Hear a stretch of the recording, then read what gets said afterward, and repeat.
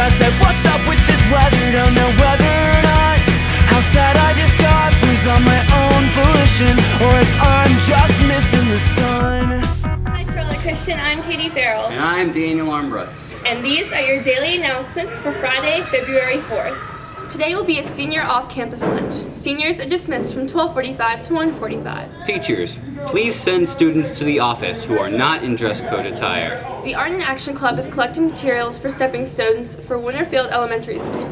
If you have broken dishes, sea glass, marbles, bottle caps, etc., please bring them to Mrs. Crawford by Monday at 3 p.m. Thanks! Next Tuesday, we will be having chapel choices. Locations of choices will be posted outside of the upper school, counselors, and Mr. Boyd's office. Today's lunch meetings. SGA candidates in Mrs. Dean's room. Today's athletic events, home against Latin. Dress-up theme is Greek. 4:30 JV boys in the Guy Gym. 6 p.m. varsity girls, and 8 p.m. varsity boys. Varsity games will be played in the Lamb Johnson Gym. It's this one right here. Now for tomorrow's events, 10 a.m. to 3 p.m. varsity wrestling away at Ravenscroft.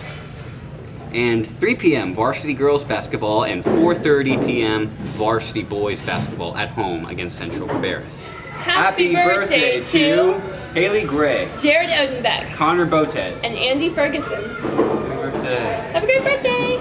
And now, here's your word of the day.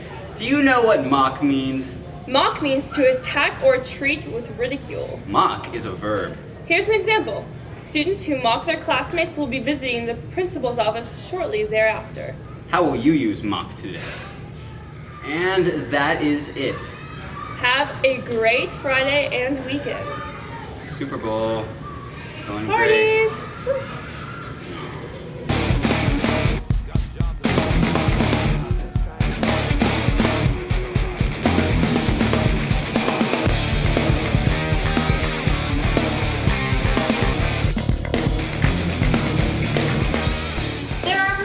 Types of food to make your party pop. Let's taste test and find out which ones suit your taste buds the best. Let's kick it off with some appetizers. There are two main ways to go with this dish. Either potato skins or chips, and of course, some kind of dip. Wait, dip? Mm-hmm. What kind of dip? Well, there are many different kinds of dips, but a hot rivalry nowadays is ranch and blue cheese, and of course, salsa. Yum! I'll hand this one off to you, Blank. Oh, well, thanks, Grant. Well, here begins the long, ancient rivalry derived from Mexico. Nachos versus tacos. Woo, that's a big one. Stats. Tacos. Tacos are handheld and personal, whereas nachos are communal. Tacos tend to be messy, and fall out the other end, whereas tacos have toppings that, sometimes topple off the sides. There are more than a plethora of tactics that you can use to decide on your entrees. Not just the typical X's and O's, but no, there are wings, chili, and burgers. And you can spice it up with any of these dishes depending on how you like to call the plays. Now, on to sweets.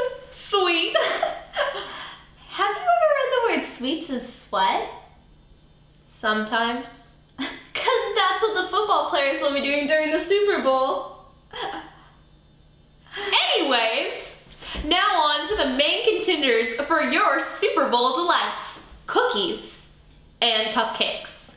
Now, stats. Each of these can be uniquely decorated to support your team. However, cupcakes have the more cutesy factor, whereas cookies, can be creative as well. Those are both straight through the uprights, Blank. Oh, hey now. And this meal is a sure touchdown.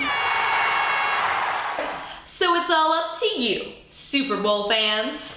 Keep it classy, keep it clean, keep it athletic. Happy Super Bowl!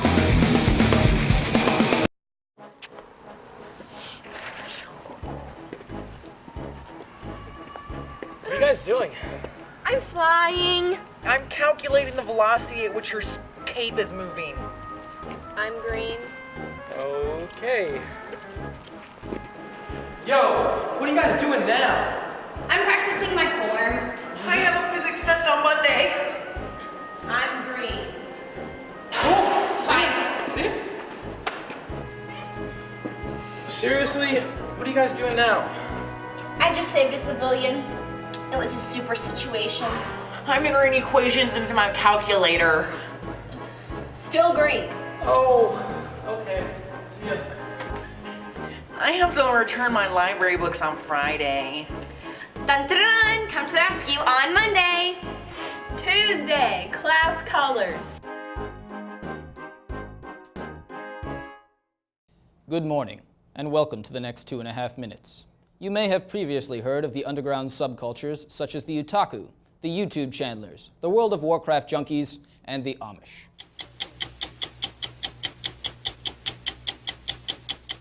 You know, it hasn't always been easy. Today on the next 2.5 minutes, we examine a world very few people visit, and a world very few can possibly understand. We followed the lives of two men, Greg and Jeff, to learn about the world of a fanny pack man. Gregory Parsons was born in Sarasota, Florida, to Mother Janice and Father Frank. His mother told us that he was always carrying things, but he never enjoyed a backpack or a satchel, so naturally they tried the hip back. I always get awkward glances. When I'm leaving a venue, I can hear people's snide remarks. You know, it's tough. I mean, does a fanny pack really imply that I'm socially awkward and even nerdy, you know? We now meet Jeffrey Cooper. He was born on a small ranch in North Dakota. Similarly to Greg, he always found it necessary to carry around a great many things, but after a back injury trying to pull off a backpack, Jeff had to convert to the fanny pack. So, Jeff, how would you say the fanny pack has affected your dating life? My what? Well, you know, after a while, it becomes a bit sparse, and we kind of lose our touch.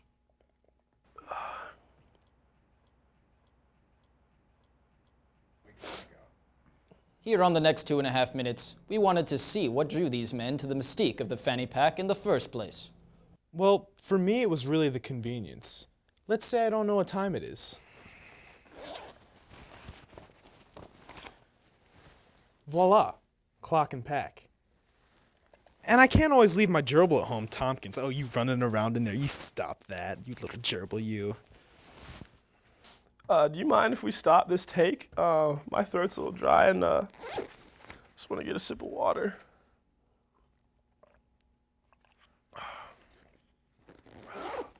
All right.